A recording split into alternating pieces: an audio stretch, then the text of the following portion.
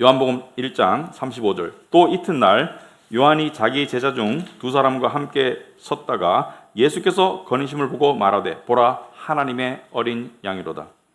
두 제자가 그의 말을 듣고 예수를 따르거늘 예수께서 돌이켜 그 따르는 것을 보시고 물어 이르시되 무엇을 구하느냐. 랍비여 어디 계시오니까 하니 랍비는 번역하면 선생이라. 예수께서 이르시되 와서 보라. 그러므로 그들이 가서 계신 데를 보고 그날 함께 거하니 때가 10시쯤 되었더라. 요한의 말을 듣고 예수를 따르는 두 사람 중에 하나는 시몬 베드로의 형제 안드레라. 그가 먼저 자기의 형제 시몬을 찾아 말하되 우리가 메시아를 만났다 하고 메시아는 번역하면 그리스도라. 데리고 예수께로 오니 예수께서 보시고 이르시되 네가 요한의 아들 시몬이니 장차 게바라 하리라 하시니라. 게바는 번역하면 베드로라.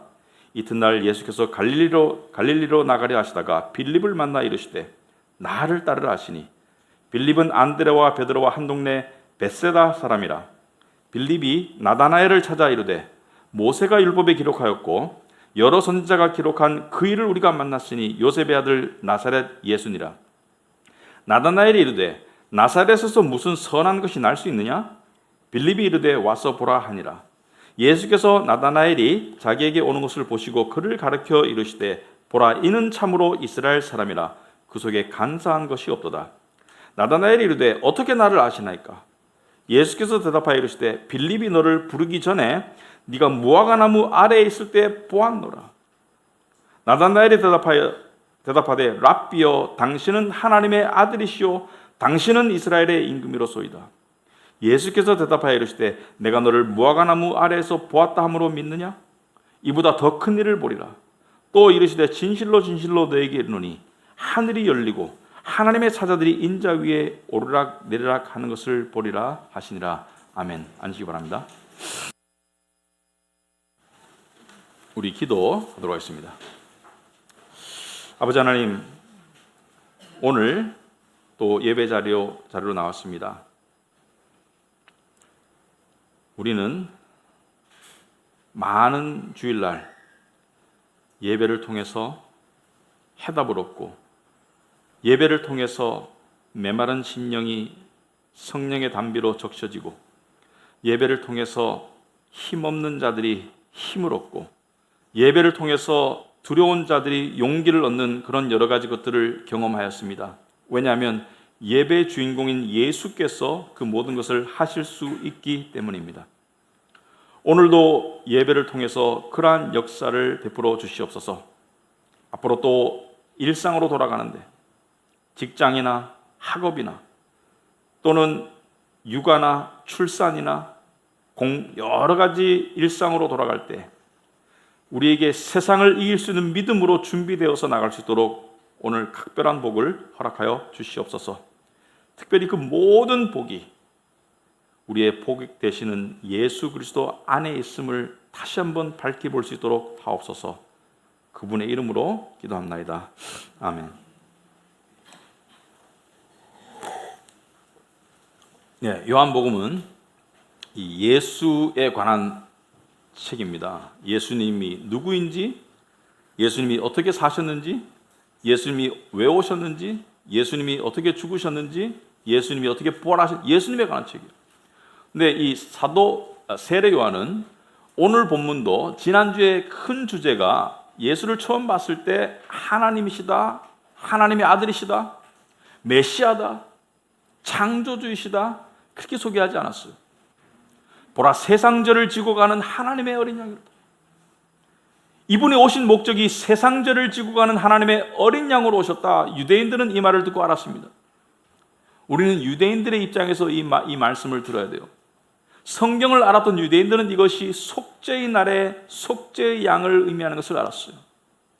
오늘도 똑같은 일관성 있게 그 이튿날, 그 다음 날 세례 요한은 자기 제자 중 두 사람과 함께 섰다가 예수께서 거니심을 보고 말하되 예수가 눈에 나타났을 때 또 하나님의 어린 양으로다 보라. 두 가지를 얘기합니다. 하나님의 어린 양인데 저분을 보아라. 저분을 보아라. 저분이 우리의 죄를 짊어지고 갈 하나님의 어린 양이다. 저분이 우리와 하나님 사이에 막힌 죄의 담을 헐어주실 분이다. 저분을 보아라. 근데 공교롭게도 그 말이 떨어지자마자 요한과 함께 있던 두 명의 제자들이 바로 예수를 따라갑니다. 37절을 보니까 두 제자가 그의 말을 듣고 예수를 따르거늘. 여러분, 그 영적 지도자에는 두 부류의 사람들이 있어요. 크게는 추종자들이 있습니다. 추종자들은 그의 가르침과 지도를 따라다니는 사람들을 추종자들이라고요. 그 추종자들 중에 특별히 선택되어서 특별 교육을 받고 그 지도자와 함께 사역을 하고 동고동락하는 제자들이 있어요. 그러니까 추종자들은 넓은 무리이고 제자들은 좁은 무리죠. 근데 세례 요한에게 몇 명의 제자가 있었는지 모르겠지만은 이 두 제자는 측근 중에 측근이죠. 왜? 오른쪽 왼쪽 두 제자가 세례 요한을 따라다니다가 세례 요한이 보라 하나님의 어린 양이로다 라고 말이 떨어지자마자 세례 요한을 떠나서 예수를 따라갑니다. 이게 일반적인 상황에서 보면은 갑작스러운 배신처럼 보일 수 있어요. 그죠? 아니, 이때까지 추종하던, 배웠던, 함께 동고동락했던 스승을 바로 버리고 새로운 지도자 예수를 바로 따라간다? 어떻게 보면은 갑작스러운 배신처럼 보이지만 이게 사실은 철저한 순종입니다. 왜 그렇습니까? 왜냐하면 세례 요한은 자기를 전하지 않았어요. 세례 요한의 메시지는 한결같이 내 뒤에 오실 이, 나보다 먼저 계신 이, 내 뒤에 오실 신발끈도 풀기에 내가 감당하지 못할 그 존귀한 분, 메시아, 그분을 따라가도록 사람들을 인도했기 때문에 세례 요한에게 철저하게 교육을 받았던 이 두 제자는 스승이 이분이 세상 죄를 지고 가실 메시아이시다라는 말이 떨어지자마자 예수를 바로 따라가요. 이것은 배신이 아니고 이것은 순종입니다. 여러분, 교회의 모든 사역은 저분을 따라가라입니다. 교회 모든 사역은 예수 그리스도를 따라가라. 여러분, 안타깝게도 중세나 지금이나 예수의 이름으로 자기를 따르는 무리들을 만들어내는 교회들이 참 많았어요. 예수를 이야기하지만은 실제적으로는 자기를 따르는 무리들, 우리나라도 많습니다. 왜냐하면 예수를 따랐으면 그 모양 그 꼴이 될 수가 없는데 사람을 따랐기 때문에 그 모양 그 꼴이 될 수 있는 것이죠. 여러분, 영적 지도자나 목사나 제가 예를 들어 설명을 하죠. 또다시 말하겠습니다. 중요하기 때문에. 여러분이 예수와 양들의 그림을 보면, 목자와 양들의 그림을 보면은 목자가 앞에 가고 내 양은 내 음성을 듣나니 이런 말 있죠. 양들이 쭉 따라가요. 그러면 목사나 다른 지도자들의 역할은 뭐냐? 여러분, 목양견이라는 거 아세요? 목양견, 양치기 개. 양들이 목자를 쭉 따라가면 개가 옆에서 딱 있다가 무리에서 이탈하거나 위험에 빠지는 것을 이렇게 가서 경계시켜서 다시 예수를 쫓도록 만듭니다. 또 양들을 공격하는 무리가 있으면은 짐승이 있으면 가서 싸우고요. 그래서 이 목양견의 목적은 양들이 목자를 바라보도록 만들고 목양견도 목자를 바라보고 목양견은 목자와 양을 동시에 바라봐요. 양들은 목자만 바라보면 돼. 하지만 목양견은 목자와 양들을 동시에 바라보고 양들 중에서 목자로부터 이탈하는 양이 있으면은 그 양이 목자에게 다시 돌아가도록 만드는 게 목양견이에요. 그게 목사의 역할입니다. 그래서 양들이 계속 목자를 바라보는 교회는 심지어 목양견인 목사가 잠시 정신줄을 놓거나 잠시 좀 딴 길을 가다가도 양들 때문에 목자에게로 가요. 그죠? 그런데 양들이 목양견을 계속 바라보면, 목사를 바라보면 목사가 처음에는 목자 대신 예수를 따라가다가 욕심이 생겨요. 아, 나를 계속 따라오네? 그러면 내 원하는 길로 한번 가볼까? 그런데 줄줄 계속 따라와. 제 이야기가 이게 특별한 얘기가 아닌 거 아시죠?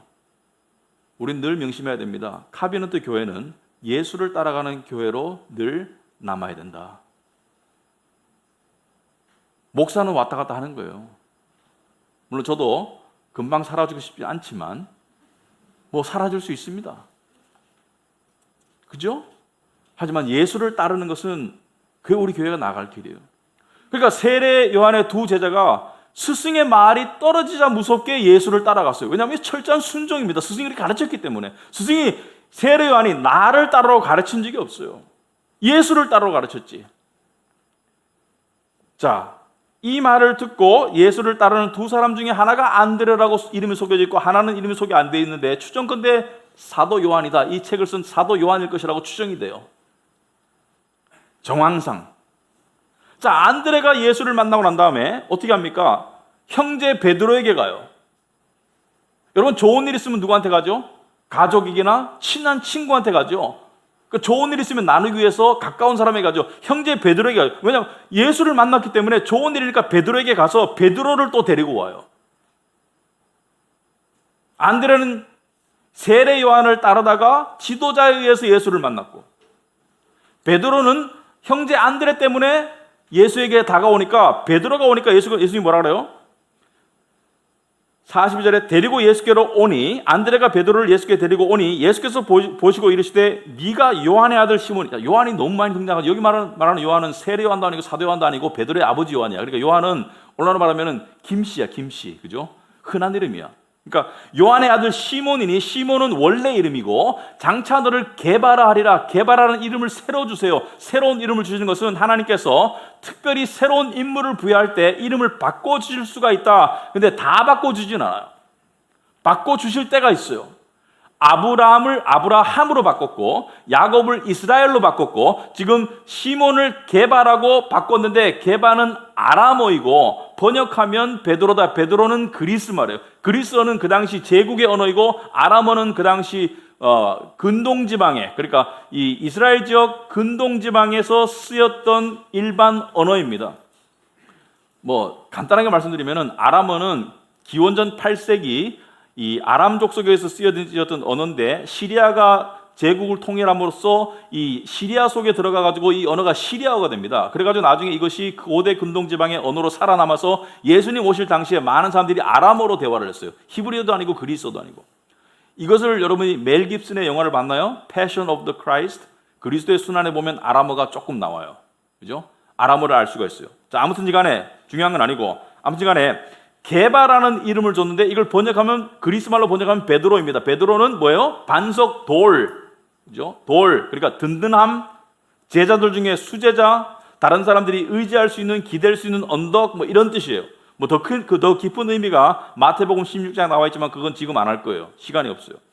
자, 아무튼 간에, 자, 지금 누가 왔죠? 안드레와 또 다른 제자, 요한으로 추정되는 또 다른 제자, 그 다음에 안드레 형제 베드로가 왔죠. 그 이튿날 예수께서, 지금 이제 세 명의 제자들이 따라다닐 거예요. 이튿날 예수께서 갈릴리로 나가려 하시다가 빌립을 만나 이르시되 나를 따르라. 빌립은 직접 불렀어요.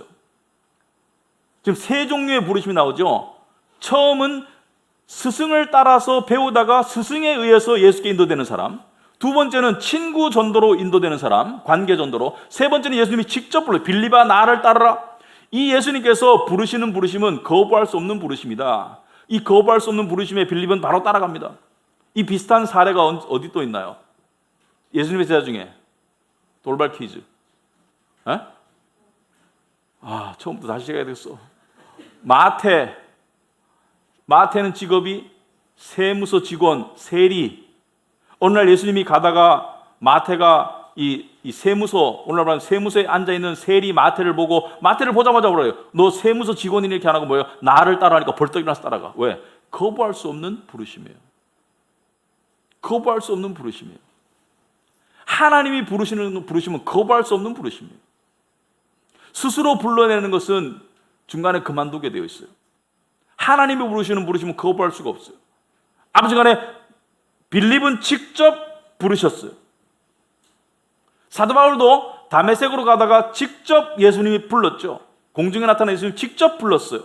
자, 직접 부른 사람도 있고, 뭐 간접적으로 부른 사람도 있고, 여러 가지 경우가 있는데, 아무튼 간에 빌립도 예수를 만나자마자 누구에게로 달려갑니까? 친구에게. 그러니까 전도에서는 관계가 중요한 거예요. 친구에게 전도하는 거예요. 친구. 좋으니까, 내가 만나보니까 진실이니까.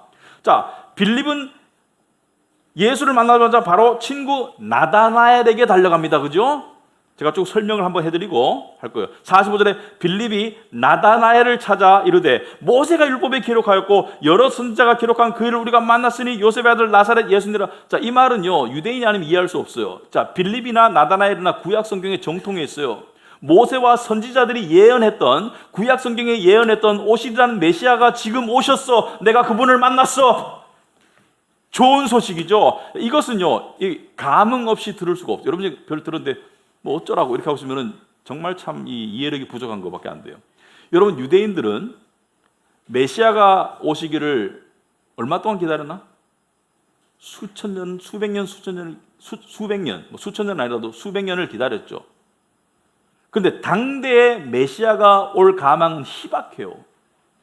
왜냐하면 수많은 사람들이 메시아 올 것을 기다리다가 죽었어요. 그죠? 이 당시만 하더라도. 여러분, 그 예수님께서 이 예수의 부모가 누가복음에 보면은 예수를 성전에 데려가죠. 이 나은 지 8일 만에 이렇게 뭐 정결회식 하려고 데려가는데 이 시몬이라는 노인이 보고 난 다음에 내가 이제 이 메시아를 보았사오니 내가 이제 그냥 평안히 눈을 감으리로다, 뭐 이런 게 있습니다. 나로 하여금 이 메시아를 보게 하신 하나님께 영광 돌리옵나이다. 왜냐하면은 당대에 메시아가 오리라는 것을 기대는 했지만은, 기다리고 있었지만은 정말 내 때 올까? 내가 죽기 전에 메시아를 보고 죽을까? 이것이 경건한 유대인들의 가장 큰 소망이었는데 지금 메시아가 나타났다고 빌립이 이야기하는 거예요. 나다나엘에게. 나다나엘도 경건한 유대인으로서 성경을 꿰뚫고 있는 사람인데 마지막 말이 나다나엘에게 좀 의심을 줍니다. 뭐냐면은 빌립이 나다나엘을 찾아가지고 여러 선지자가 기록한 그 일을 우리가 만났으니 요셉의 아들 나사렛 예수니라 이렇게 말합니다. 요셉은 아버지죠. 예수의 아버지. 어머니는 마리아. 나사렛은 뭐예요? 예수가 자라고 성장했던 동네예요. 부모가 살았던 동네예요. 그러니까 예수의 부모 아버지 요셉과 어머니 마리아가 나사렛은 이스라엘 북쪽 갈릴리 호수 근처에 있는 작은 도시예요. 인구 한 2,000명 미만 작은 도시예요. 나사렛에서 결혼해서 나사렛에서 예수를 임신하고 나사렛에서 예수를 키우고 예수님께서 공생애로 나오기 전까지 나사렛에서 사셨어요. 목수의 아들로. 근데 이야기를 딱 들었을 때 나다나엘이 받아들일 수가 없습니다. 나다나엘이 대답이 뭐예요? 40절에 나다나엘이 이르되 나사렛에서 무슨 선한 것이 날 수 있느냐? 나사렛에서 무슨 선한 것이 날 수 있느냐? 여기서 선하다는 것은 뭐죠? 하나님의 것이 날 수 있느냐? 나사렛에서 하나님의 역사가 날 수 있는, 나사렛에서 메시아가 날 수 있느냐?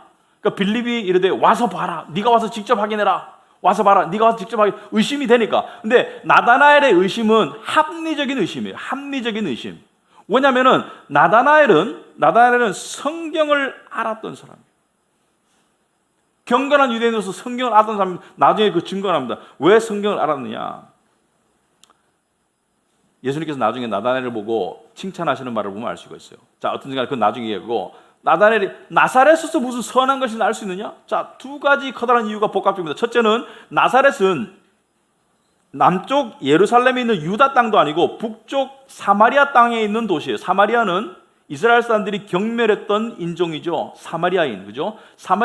이스라엘은 다른 민족과 결혼하는 것을 금기시했는데 사마리아인은 이스라엘의 하층민들이 다른 이주한 이방인들과 결혼해서 태어난 유대 잡종이 사마리아인이에요. 혼혈이. 그래서 굉장히 낮춰 부르고 사마리아인하고 밥도 안 먹었어요. 그건 나중에 4장에서 이야기하겠습니다. 자세하게. 사마리아인에 대해서는. 아무튼 간에 그 듣도 보지도 못한 그 동네, 거기서 무슨 선한 것이 날 수 있느냐? 더 큰 이유는 이것입니다. 메시아에 관한 모든 중요한 일들은 구약에 예언이 다 되어 있어서 예언대로 성취가 될 텐데 나사렛은 구약에 등장하지 않는 도시예요.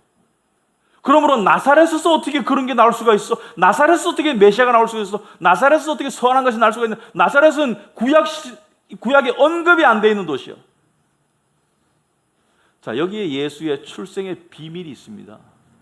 많은 사람들이 예수를 나사렛 예수라고 불렀어요. 여러분, 나사렛 예수라는 것은 옛날에 우리도 몇십 년 전에 뭐 전주댁, 뭐 김천댁, 출생을 따라 가지고 여자들을 그렇게 불렀어요. 뭐 전주희 씨, 그다음에 안동 김씨 이렇게 부르듯이 출생 지역이 그 사람을 따라다니는 그런 풍토가 있었죠. 근데 나사렛 예수라고 불렀는 것은 예수의 부모가 나사렛에서 결혼한 거 맞아요. 예수가 어린 시절을 나사렛에서 보낸 거 맞아요. 예수가 목수의 아들로서 나사렛에서 장성한 거 맞아요. 하지만 예수는 나사렛에서 태어나지 않았어요. 사람들이 그걸 잘 몰랐어요. 여러분 성경에서 잘 아시죠? 크리스마스 때마다 하는 설교 중에 하나가 그거죠. 예수가 어디로 가요? 베들레헴으로 가죠. 왜? 로마의 총독 어거스터스가 아구두스가 모든 백성들로 하여금 자기 고향에 가서 호적 신고를 해라. 왜냐하면 인구조사를 해서 병역의 의무와 세금의 의무를 부여하기 위해서 주기적으로 10몇 년 만에 주기적으로 호적 신고를 하라고 해서 그 왕의 명령에 따라서 만삭이 된 마리아와 남편 요셉이 베들레헴으로 내려옵니다. 나사렛에서 내려와요. 내려오다가 베들레헴에 도착하자마자 산기가 있어서 어디서 아이를 낳아요? 마구간에서 아기를 낳죠. 왜? 여관에 방이 없어서. 여관에 왜 방이 없습니까?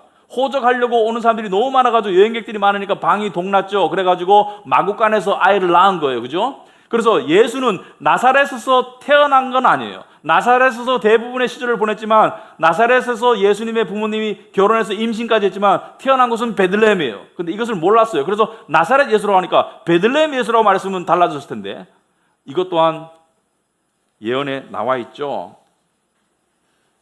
여러분 그 베들레헴 미가서 5장 2절에 보시면 베들레헴 에브라다야 너는 유다 족속 중에 작을지라도 이스라엘을 다스릴 자가 네게서 나올 것이다.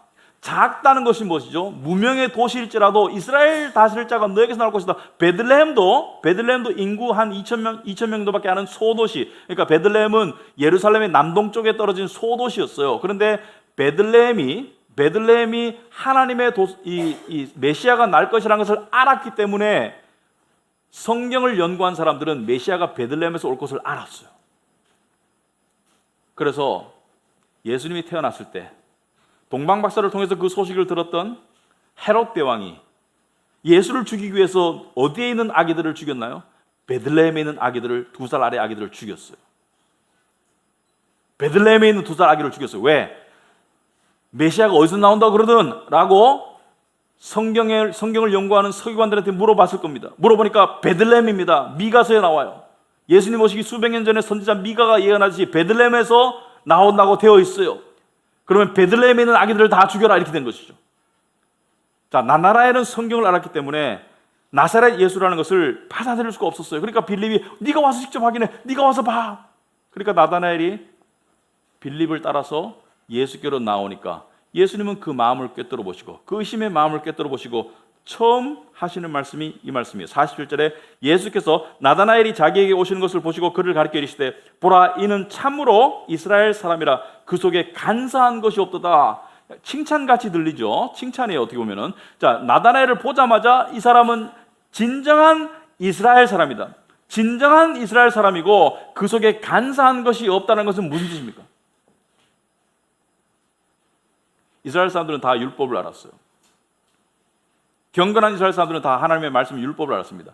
율법은 두 종류의 사람을 만들어냅니다. 첫째는 위선자를 만들어내요. 율법을 통해서 스스로 의를 이룰 수 있다고 생각하는 종교적 위선자를 만들어냅니다. 도덕 열심자들. 사람들이 봤을 때는 괜찮아. 하지만 하나님이 봤을 때는 아내는 안 괜찮아. 도덕 열심자들을 만들어내거나 율법을 통해서 절망자들을 만들어내요. 율법을 통해서 어찌할꼬? 죄를 깨닫는 자들을 만들어요. 난 율법을 지킬 수 없는데 어찌할꼬? 그 속에 간사한 것이 없다는 것은 위선의 속임이 없다는 뜻입니다. 그러므로 나다나엘은 복음을 받아들일 준비가 된 사람이에요. 율법을 통해서 죄를 깨달은 사람이에요. 율법을 통해서 하나님 앞에 죄인인 것을 깨달아가는 사람이기 때문에 간사한 것이 없는 참 이스라엘이다. 참 이스라엘은 뭐예요? 구원에 이를 이스라엘이라는 뜻입니다. 자, 이 마음의 속내를 들킨 나다나엘이 이렇게 반응합니다. 어떻게 나를 아시나이까? 여러분 당연하죠. 어떻게 나를 아십니까? 나는 당신과 만난 적이 없는데 어떻게 나를 아시나이까? 만난 적이 없는데. 그런데 예수님께서는 거기에 대해서 답을 안 하시고 예수님의 화법은 상당히 좀 어떤 데 직접 화법이 아니고 간접적으로 더 크게 때리세요. 간접적으로 충격의 범위를 넓혀갑니다. 나다나엘에게 아니 그게 아니라 나는 너의 속을 알지, 내가 하나님의 아들이고 뭐 이렇게 말을 안 하시고 예수께서 대답하여 이르시되 빌립이 너를 부르기 전에 네가 무화과나무 아래에 있을 때 보았다. 빌립이 너를 부르기 전에 너 무화과나무 아래에 있었지. 이것은 나다나엘만 아는 일인 것 같아요. CCTV가 없던 시대에 빌립이 너를 부르기 전에 무화과나무 아래에 네가 있었지. 이것을 말하자면 예수님의 초자연적인 능력, 신성을 말하니까 예수님이 하나님의 아들이 되는 것이죠. 하나님이신 것이죠. 이 말을 듣고 나다나엘은 더 놀랍니다. 더 놀라요. 그래서 나다나엘이 대답하여 이르되 당신은 하나님의 아들이시오, 당신은 이스라엘의 임금이로소이다. 고백이 바로 나오는 것이죠. 고백 안 할 수가 없죠. 이분이 이 증명이 된 것이죠. 이분이 메시아라는 것이 증명이 된 것이죠. 네가 무화과나무 있을 때 아무도 모르는 그 사실을 나는 알고 있다. 근데 무화과나무 아래 왜 갔을까? 궁금하지 않아요? 성경은 설명하지 않습니다. 나무 아래 가는 것은 대충 두 가지 이유 때문에, 첫째는 그늘을 피해서 쉬기 위해서, 태양을 피해서 그늘 아래서 쉬기 위해서. 두 번째는 생각하기 위해서. 생각하기 위해서 가죠. 나무 그늘 아래서 생각하기 위해서. 뭘 생각했을까? 자기의 고민, 자기의 갈망, 자기의 갈등, 자기의 궁금증. 아무튼 예수님께서 하신 말씀은 너의 행동과 너의 생각과 너의 느낌과 너의 갈망을 나는 다 보았다. 한마디로 말하자면 나는 너를 안다라고 말씀하시고, 나는 너를 안다. 너는 나를 몰랐지만 나는 너를 알고 있었다는 것을 이야기합니다. 여러분, 여기 세 종류의 사람들이 나와요. 첫째는 이 지도자에 의해서 예수께로 인도된 안드레, 또 친구의 전도로 예수께 나온 베드로와 나다나엘, 직접 부름을 받은 빌립. 그러니까 예수님께서 다양한 수단을 통해서, 다양한 통로를 통해서 하나님은 당신께 사람을 불러드립니다. 직접 부르는 사람도 있고요. 예를 들어서 사도 바울 같은 사람, 또는 어거스틴 같은 사람, 말씀을 통해서 직접 불렀어요. 공원에서. 그런 사람도 있지만은 친구를 통해서 간접적으로 부르는 사람도 있고요. 지도자를 따라다니다가 예수를 만나는 사람도 있고요. 여러 가지 경로와 통로는 다르지만 그들이 이루는 공통적인 영적 확신은 이것입니다. 하나님이 나를 아신다는 상태에 이르러.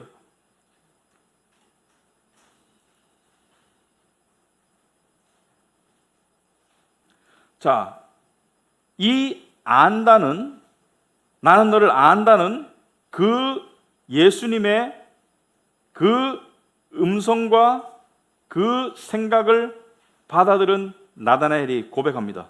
랍비여, 당신은 하나님의 아들이시오, 당신은 이스라엘의 임금이로소이다.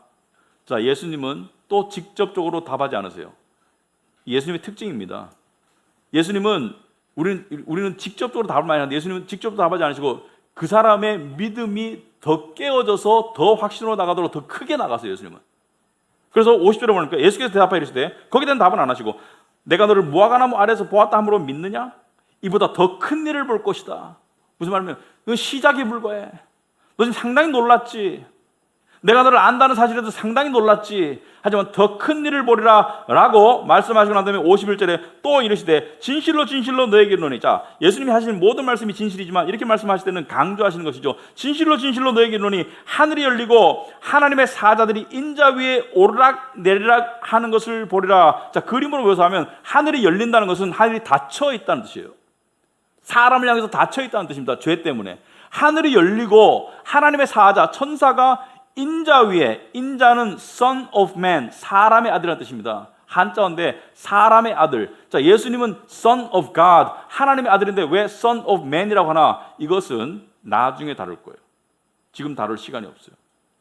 아무튼 시간에 인자 위에 하나님의 사자, 천사들이 오르락내리락 하는 것을 보고 있어요. 오르락내리락 한다는 것은 뭐예요? 하늘의 복을 땅에 준다. 하늘의 복을 땅에 준다. 하늘이 열리고 인자 위에 천사들이 오르락내리락 한다. 인자가 무슨 역할을 하는 거예요? 사다리 역할을 하는 거예요. 사다리. 하늘과 땅을 연결하는 사다리 역할을 하는 거예요. 자, 이것을 이방인들이 들었으면 무슨 소린가, 해괴한 소린가 이해를 못하겠지만은 나다나엘은 이것을 듣고 난 다음에 머릿속에 형광등이 들어왔어요. 이분이 그렇다면 우리 조상 야곱이 꿈에 본 그 사다리 그분이구나. 여러분, 이스라엘의 조상은 끄기 올라가면 아브라함이지만은 이스라엘이라는 이름을 받은 사람은 야곱이죠. 야곱의 이름이 변해서 이스라엘이죠. 이스라엘, 야곱의 12아들이 이스라엘의 12지파가 되죠. 그죠? 이스라엘의 12지파는 야곱의 12아들입니다. 야곱이 꿈에 본 사다리가 바로 이분이구나. 형광등이 들어왔어요. 왜? 나다나엘은 경건한 유대인으로서 성경을 알았기 때문에. 여러분, 야곱은 어떤 삶을 살았습니까? 형 에서의 복을 빼앗았어요. 거짓말로. 아버지의 축복을, 장자의 축복을 빼앗았어요. 그래서 형 에서가 이것을 알고 난 다음에 야곱을 죽이려고 했어요. 그래서 아들의 살해 위협을 감지한 어머니 리브가가 작은 아들 야곱에게 자기 친정집 오라버니 이 라반에게 가라고, 오빠 라반에게 가라고, 하란 땅에 있던 라반에게로 도망가라라고 이야기했어요.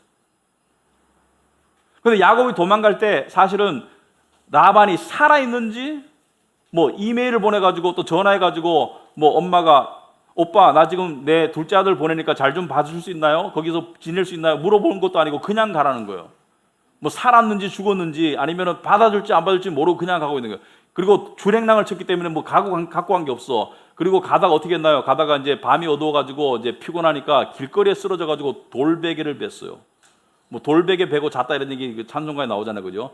여러분, 이게 그냥 들을 게 아니고 한번 상상해 보세요, 여러분이 이 살해 위협을 받는 이 절대절명의 순간에 피신을 하는데 정말 지금 외삼촌 집으로 가는데 몇 날 며칠 걸어가야 돼. 근데 이 외삼촌이 살아있는지 외삼촌이 정확히 누구인지 또 외삼촌이 자기를 받아줄지 모든 게 불확실해. 모든 게 불확실하면은 사람이 상당히 두렵고 절망적이고 사람이 상당히 위축되죠. 근데 길거리에 가다가 준비한 것이 없어서 돌을 베고 잔다. 돌 베고 잡으신 분, 건강 목적이 아니고 돌 베고 잡으신 분, 베개가 없어서 돌 베고 잡으신 분 없을 거예요. 돌 베고 잔다는 것은 정말 갈 때까지 간 거예요.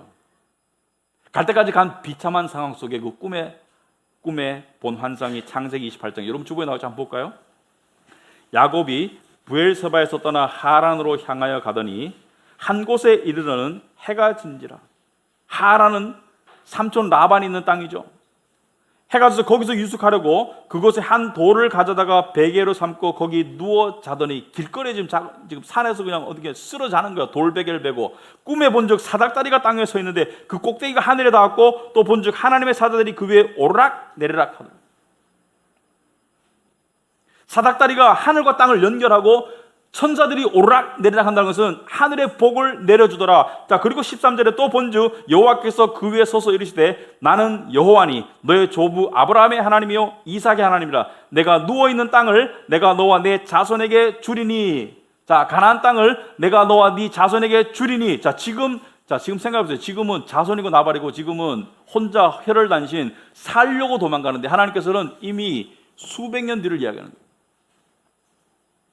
내가 네 자손에게 네 땅을 줄 것이다. 여러분, 이 말씀을 그대로 받아들였다면 얼마나 참 큰 위로와 힘이 되었겠습니까? 하나님의 환상을 보았어요. 사다리를 보았어. 근데 하늘과 땅을 연결하는 사다리를 보았어. 나다나엘은 예수께서 하시는 말씀을 듣고 창세기 28장을 안 떠올릴 수가 없어요. 우리 조상 야곱이 꿈에 본 그 사다리가 바로 이분이구나. 무슨 말이냐면은 하늘과 땅을 연결하시는 분이구나. 인간과 하나님을 연결하시는 분이구나. 하늘의 복을 내려주시는 분이구나. 하늘의 구원의 복을 임하게 하시는 분이구나. 이분이 메시아구나. 깨닫지 않을 수가 없었습니다. 예수님은 이와 같이 직접적으로 말하지 않고 돌려서 은유적으로 비유적으로 간접적으로 이야기를 하시지만 그 메시지는 아주 분명하죠. 내가 메시아다. 자, 여기서 우리는 이것을 이야기하고 싶습니다. 결론적으로 어떤 경로를 통해서 예수를 만난지 모르지만 대부분 모든 사람들이 공통적으로 겪는 도다르는 구원에 도다르는 확신은 이것입니다. 하나님께서 나를 안다라고 하시는 거예요. 내가 하나님을 아는 것 이전에 하나님이 우리를 안다는 거예요. 그러므로 구원의 확신이라는 것은 하나님이 나를 안다는 사실을 내가 아는 게 구원의 확신입니다. 하나님이 나를 안다는 사실을 내가 말씀이나 기도나 상황을 통해서 내가 확신하는 것이 구원의 확신입니다. 하나님이 나를 아신다. 여러분, 한 번이라도 하나님이 나를 아신다는 것을 영혼 속에서 깨달은 사람은 그 감격을 동시에 기억할 겁니다. 천지를 지으신 하나님께서 나를 아시는구나. 감격스러워요. 제가 제 인생에서 그걸 제일 처음 깨달았을 때가 1989년 1월 26일입니다. 그때 이전에, 그때 이후로 그렇게 달콤하게 잡은 적은 없어요. 영혼이 그렇게 평안한 적이 없어요. 하나님이 나를 아시는구나. 어떤 사람에게는 극적으로 다가오는 사람이 있고 어떤 사람은 좀 덜 극적으로 다가오는 사람이 있겠지만 아무튼 간에 하나님이 나를 아신다는 것을 안다는 것은 엄청난 감격이면서 또 시간이 지나면서 엄청난 부담입니다. 뭐냐면은 당연한 우리의 합리적인 사고는 이러한 의문을 만들어냅니다. 나를 아시면서도 어떻게 여전히 나를 원하실 수 있을까? 나를 아시면서도 어떻게 나를 여전히 사랑할 수 있을까? 여러분들이 가끔 저에게 직간접적으로 이 상담하는 글을 보면 이런 게 있습니다. 제가 이런 죄에 빠져 있는데 하나님이 그래도 저를 사랑하신다는 건 믿을 수가 없어요.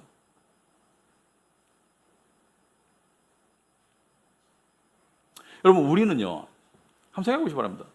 우리가 남에게 비추는 모습과 심지어 자기 자신에게도 우리가 남에게 비추는 모습과 나의 실상의 모습에는 엄청난 괴리가 있어요. 누구든지. 그것도 몸뚱아리만 말하는 게 아니고 우리 내면을 말하는 것이죠. 우리가 남에게 비추는 모습과 나의 진정한 모습 사이에는 엄청난 괴리가 있는데 이 괴리를 가지지 않고 대하는 존재는 이 세상에 없어요. 부모 자식 간에도 이 괴리가 있습니다. 이런 부모 있죠. 내 자식이 그럴 줄 몰랐어. 부부 간에도 아무리 사랑해도 비추는 모습과 감춰진 모습 사이에는 괴리가 있어요. 이 세상 어느 누구에게도 우리 자신을 적나라하게 보여주는 상대는 아무도 없어. 인간은 그렇게 할 수 없어. 왜? 그렇게 하고도 살아남을 인간이 없어요. 그 관계 속에서. 여러분, 최근에 청문회 때문에 나라가 시끄럽죠. 어떤 사람은 장관 제의를 받고 안 한다고 고사하는 사람이 많아요. 왜? 청문회 나가가지고 개망신 당하고 가족들 상처 입고 그 왜 나가? 차라리 장관 안 할 이렇게 하잖아요. 청문회 나갔어. 청문회 나가가지고 막 만신창이가 되면은 다 만신창이 되잖아요. 드러날수록 만신창이 되는 사람이 참 많아요. 요즘 거만 말하는 게 아니고 만신창이 되는 사람이 참 많은데 그 청문회도 우리를 다 드러내지 못해요. 그 청문회조차도 그 사람을 다 드러내지 못해요. 내가 만약에 청문회장에 간다면은 그 청문회가 열흘 한들 나를 다 드러내지 못해요. 그래서 무조건 비춰지는 나의 모습과 나의 실제 모습 사이에는 엄청난 괴리가 있고 이 괴리는 죽을 때까지 가지고 가는 괴리예요. 근데 이 괴리 없이 나를 알면서 나를 여전히 인정해 줄 사람은 지구상에 존재하지 않습니다. 이것을 잘 알기 때문에 우리는 하나님의 사랑에 대해서 확신을 잘 못해요. 나를 속속들이 아시면서 나를 여전히 원하신다고? 나를 여전히 사랑하신다고? 나를 속속들이 아시면서도 나를 여전히 받아주신다고? 나를 속속들이 아시면서도? 이것이 우리 영혼이 가지고 있는 큰 의문 중에 하나인데 답은 뭐예요? 물론입니다. 물론 우리를 받아주세요. 물론 우리를 원하시고요. 물론 우리를 사랑하세요. 왜냐하면 하나님의 사랑이 예수 그리스도의 의를 통해서 우리를 의롭게 만드셨기 때문에 우리가 체험적으로는 그렇지 못하지만 우리의 신분은 하나님 앞에서 우리의 신분은 우리가 의로워졌기 때문에 여러분 은혜는 이렇게 표현하십니다. 은혜를 여러 가지 표현하시는데 은혜는 이것입니다. 우리의 모든 나쁜 것을 다 가져가시고 우리에게 좋은 것을 다 주셨다. 이게 은혜입니다. 나의 노력과 상관없이 우리의 모든 나쁜 것을 다 가져가셨어요. 우리 죄를 가져가시고 허물을 가져가시고 수치를 가져가셨어요. 수치만큼 두려운 게 없습니다. 수치는 죄책감보다 더 무서울 수 있어요. 내가 적나라할 때 벌거벗겨서 드러나는 그 수치심. 예수님이 십자가에서 왜 옷 벗고 죽으신다를 생각해 보세요.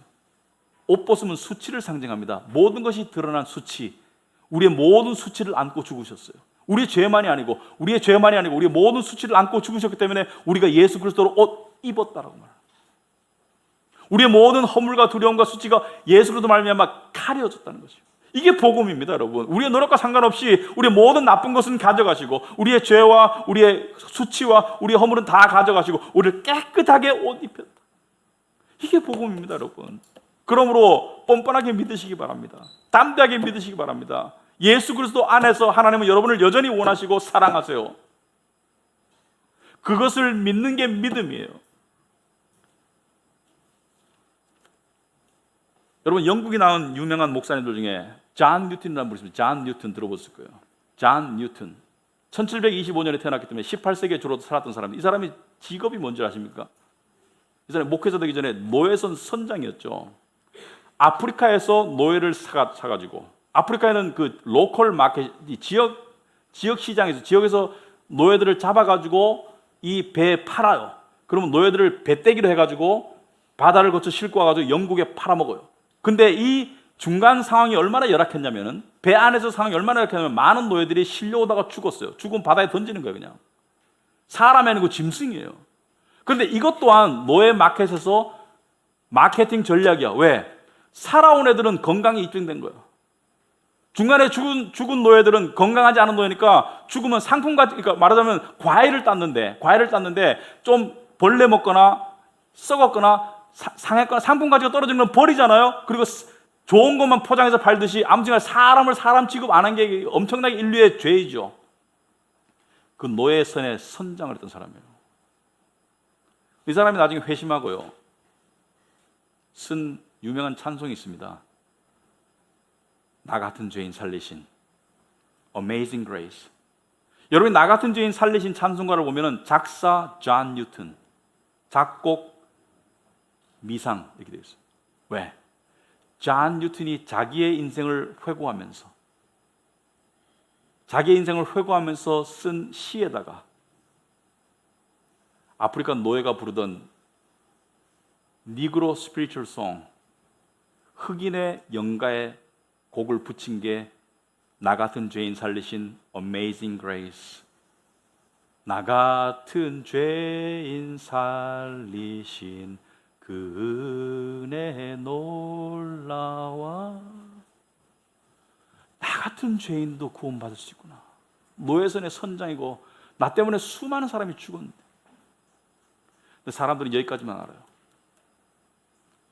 존 뉴턴이 회심하고 구원받고 난 다음에 노예선 선장은 그만뒀지만 여전히 돈의 유혹을 못 이겨서 그 노예 산업에 투자한 거 아세요? 막대한 배당금을 받았던 거 아세요? 물론 나중에는 그만뒀어요. 양심의 가책을 느껴서.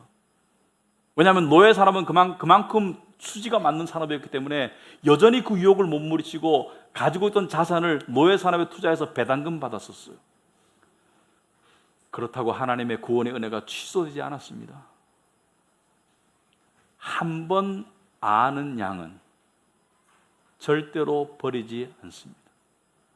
그 하나님의 끈질긴 사랑 때문에 존 뉴턴은 그 죄마저도 벗어날 수가 있었어요. 예수님께서 내게 오는 모든 자들을 내가 마지막에 살리리라.